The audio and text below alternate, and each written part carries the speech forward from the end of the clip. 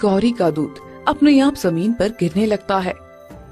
अरे ये क्या, ये देखो, ये क्या, ये गौरी का दूध कैसे आया? गौरी तो कई सालों से दूध नहीं दे रही थी। हाँ जी, ये तो मुझे भी समझ में नहीं आ रहा, भला ये दूध कैसे दे सकती है। अरे ये तो सच में चमत्कार हो गया है जी। पिंटू बेटा उठो, क्या हो गया बेटा?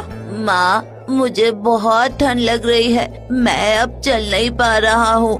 हे भगवान, मैं क्या करूँ, मेरे बेटे को ठंड लग रही है। तभी गाय जमीन पर बैठ जाती है और पिंटू को अपने पैरों से लिपटा देती है। देखो, ये गौरी बिल्कुल माँ जैसी है। इसे कैसे पता चला कि हमारे बच्चे को ठंड लग रहा है? इंसानों से तो जानवर अच्छे होते हैं जी, ये हमारी तकलीफ समझ सकती है, लेकिन हम उनकी तकलीफ समझ ही नहीं पाते हैं। हाँ ये तो है। जब तक गौरी पिंटू को अपने पैरों में लपेटे हुए है, तब तक मैं गांव जाकर किसी से मदद मांगने की कोशिश करता हूँ। जी ठीक है, मैं यही गौरी और पिंटू के पास बैठती हूँ।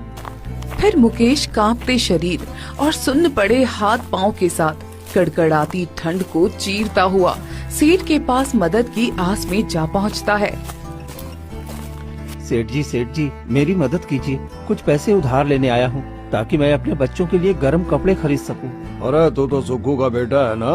अरे तेरे पास तो खुद ही उतना बड़ा घर है, जमीन है, फिर तुझे पैसे की क्या जरूरत पड़ गई? भैया ने धोखे से सारा जमीन अपने नाम कर लिया है और पिताजी के इलाज में मेरे सारे जमा पूंजी वाले पैसे खत्म हो गए और भैया ने मुझे और मेरे परिवार को गाय के साथ घर से बाहर निकाल दिया है। और इतनी ठंड में मेरे बच्चे के ऊपर एक गर्म कपड़ा भी नहीं है। मेहरबानी कर दो सेठ जी। नहीं, मेरे पास पैसे नहीं है। वैसे बे, तुम जैसे भूखों को मैं पैसे क्यों दूं? अरे जब तेरे भाई ने तुझे खुद का पैसा नहीं दिया और घर से निकाल दिया, तो मैं तुम्हें पैसे कहाँ से दूं? और तू पैसे चुकाएगा कैसे? आप मुझ पर विश्वास करिए, मैं आपके सारे पैसे चुका दूंगा। बस मुझ पर रहम करिए, मेरा बच्चा ठंड के मारे मर जाएगा। वो कांप रहा है। अरे तुम्हारे जैसे कितने भिखारी होंगे जो रोड में इसी तरह तड़प रहे होंगे ठंड में। तो भी जाओ और उसी में लाइन लगा ले। सेठ जोर जोर से हंसने लगता है और वहाँ से चला जाता है। हे भगवान, अब मैं क्या करूं? सेठ ने भी मेरी मदद करने से मना कर दिया। चलो गांव वालों के पास जाता हूं, शायद वो मेरी मदद कर दें। फिर मुकेश कई जगह जाता है, पर उसकी मदद कोई नहीं करता है, बल्कि सभी उसकी स्थिति पर हंसते हुए चले जाते हैं। फिर मुकेश उदास होकर संगीता के पास आ जाता है। क्या हुआ जी, किसी ने हमारी मदद नहीं की क्या? और देखिए ना, गौरी पिंटू को कितना गर्म करने की कोशिश कर रही है, लेकिन इसका बदन ठंडा पड़ता ही जा रहा है। देखो संगीता, सभी पत्थर दिल बन गए हैं, कोई हमारी मदद करने वाला नहीं है। चलो हमें अपनी खुद से मदद करनी होगी। और मेहनत करके एक झोपड़ी बना लेते हैं। देखो जी, रहने का तो इंतजाम हो गया, लेकिन झोपड़ी के अंदर भी बहुत ठंड लग रही है। अब हम क्या करेंगे? माँ, मुझे बहुत ठंड लग रही है और मुझे जोरों से भूख भी लगी है, मुझे कुछ खाने को दे दो ना। सुन रहे हो ना जी, इसे खाने को कहाँ से दूं? इसे कैसे समझाऊं कि हमारे पास खाने के लिए कुछ भी नहीं है। इतने में ही गौरी का दूध अपने आप जमीन पर गिरने लगता है।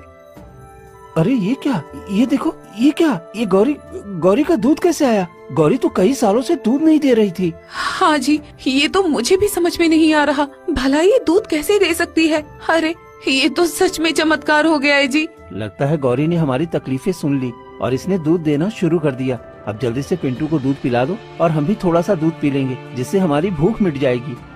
फिर तीनों गौरी का दूध पी लेते हैं और सो जाते हैं। फिर रात जैसे ही गहराती है, तभी ठंड के मारे सभी कांपने लगते हैं। हाँ जी, सुन रहे हो, बहुत जोर से ठंड लग रही है। अब मैं नहीं रह सकती हूँ इस ठंड में। हे भगवान, मैं क्या करूं? मेरा परिवार सब ठंड से मर रहे हैं और कोई मेरी मदद करने वाला नहीं। सब सिर्फ तमाशा देख रहे हैं। कोई तो मुझ गरीब पर रहम करो। इतने में ही एक साधु महाराज झोपड़ी के बाहर आते हैं।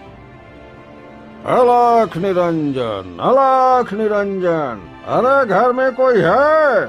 इतनी ठंड में बाहर साधु महाराज आए हैं। शायद उनको भी ठंड लग रही होगी, मैं अभी बाहर जाकर देखता हूँ। फिर मुकेश बाहर जाता है। क्या हुआ साधु महाराज, आपको भी ठंड लग रहा है? आ जाइए मेरी झोपड़ी में, कम से कम थोड़ी सी ही सही गर्माहट मिल जाएगी। नहीं पुत्र, मैं तुम्हारी झोपड़ी में गर्माहट लेने नहीं आया हूँ, बल्कि मैं अपना कर्ज चुकाने आया हूँ। कैसा कर साधु महाराज? तुम्हारे पिता सुक्खू ने मुझे एक बार पानी पिलाया था, जिस वक्त पूरे गांव वालों ने मुझे भिखारी कहकर भगा दिया था। उस वक्त तुम्हारे पिता ने मुझे खाना भी खिलाया था और मेरा सहारा बने थे।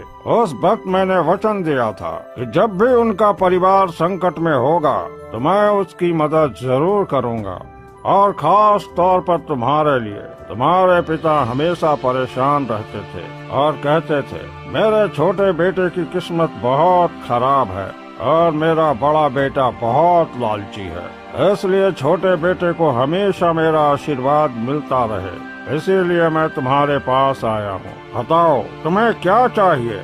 साधु महाराज, मुझे तो कुछ नहीं चाहिए, बस मुझे मेरे परिवार के लिए थोड़े से गर्म कपड़े चाहिए ताकि हम इस ठंड में थोड़ा सुकून से रह सकें। तुम कुछ और भी मांग सकते हो, धन दौलत घर।